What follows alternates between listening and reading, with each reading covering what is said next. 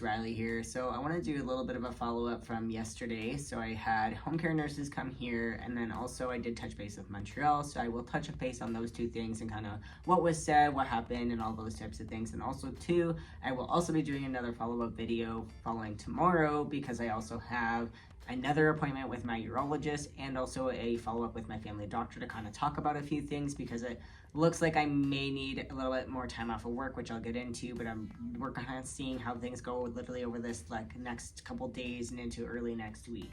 So to kind of recap, I had home care nurses come yesterday. They ended up coming here around noon. It was supposed to be around 9:30 or 10, but she ended up having an emergency situation come up, so it ended up being a little bit later, which is fine. Really, honestly, most of the time for me, I'm literally at home other than if I want to go for a walk or try and get out of the house a little bit to kind of just be a little bit more mobile, because walking and moving does help with the circulation and help with healing and stuff, but at the same time I am trying to be still mindful, like I mentioned in previous videos, of my body and taking it easy and not doing too much and making sure I am giving my body the time to also recover, but also like I mentioned, keeping that balance of exercise and also being able to rest as well. So yeah, anyways, she ended up coming here and we went over a few things, talked about the surgery, exactly how everything was done, and kind of looked at some things and making sure everything was healing okay. She did have some concerns, which was very also concerning for me because I'm the one who's recovering, but she was just kind of looking at certain areas of where that graft was put, and it does look like it's a bit of discoloration. It's a little bit different than last time, so I don't think it's necrosis. I don't think it's the same tissue as what I had last time, but it does look a little bit more discolored, so we were kind of concerned that there might not be a lot of circulation within a specific area. So we sent photos to Montreal, as well as some areas look like it may have been a little bit of infection. So again, we sent those photos to Montreal to see what they had to say. Other than that, there is certain areas that are coming more pink and are starting to heal, which is great. It's just other areas kind of within that area where the graft was put, it's just not healing the best. So she was just a little concerned, but overall it's kind of going okay, but not at the same time. So anyways, with Montreal, they did get back and they did say, kind of didn't answer the question, but kind of did. They just said, yeah, when it comes to blood flow, if there's a bit of lack of blood flow, you can get discoloration in the area and or necrosis. But again, like I mentioned, it does not seem to be like that. I know what I dealt with that the first time around and what that looked like, and it does not look the same.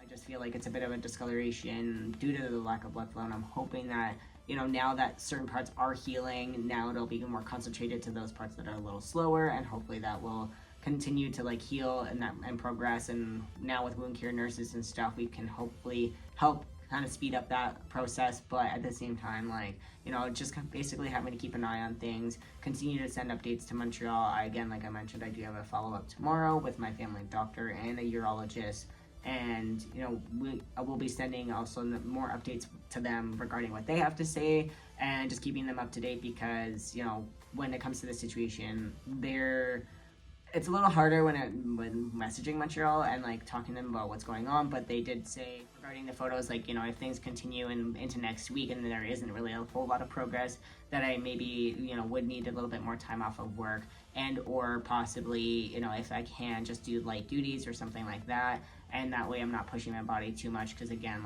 we need to be able to make sure this recovers and heals the best that it can. So we're kind of staying in touch, pretty much every week I'm touching base with them. This week it's going to be a few times, just because there is some issues and complications arising, to keep them up to date and kind of see from there. So yeah, a little bit nerve-wracking, honestly, not the journey I expected. Things I thought were going really well, and then all of a sudden now, closing in that 2-week mark, I'm okay, I noticed my progress is a little slower. I noticed healing was taking a little longer, and I was like, hey, this is definitely something that shouldn't be taking as long as it is. And I'm noticing my other incisions, where my abdomen incision is and a couple other incisions, have healed pretty well, and I've been seeming to go pretty smoothly, but then the incision where the graft was is not.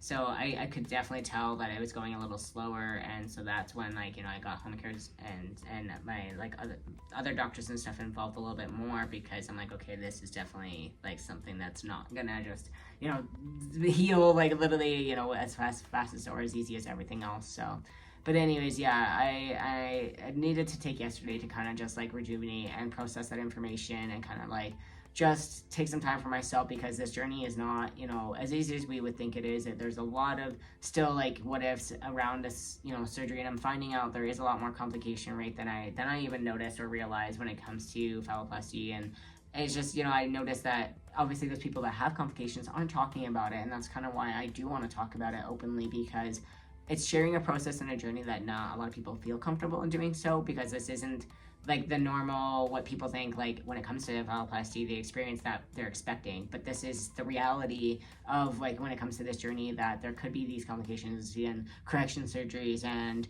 like other things that revolve around it that people are not aware of. So yeah, it's kind of part of the reason why I want to share this so openly with you all and share this part of my journey. But yeah, anyways, that's pretty much it. I just wanted to update you on that and just let you know, like, there is a couple of issues. We're monitoring it. We're taking, kind of keeping a closer eye on things, and hoping that it will progress and continue to get better only from here, because now that I have like a little bit more support.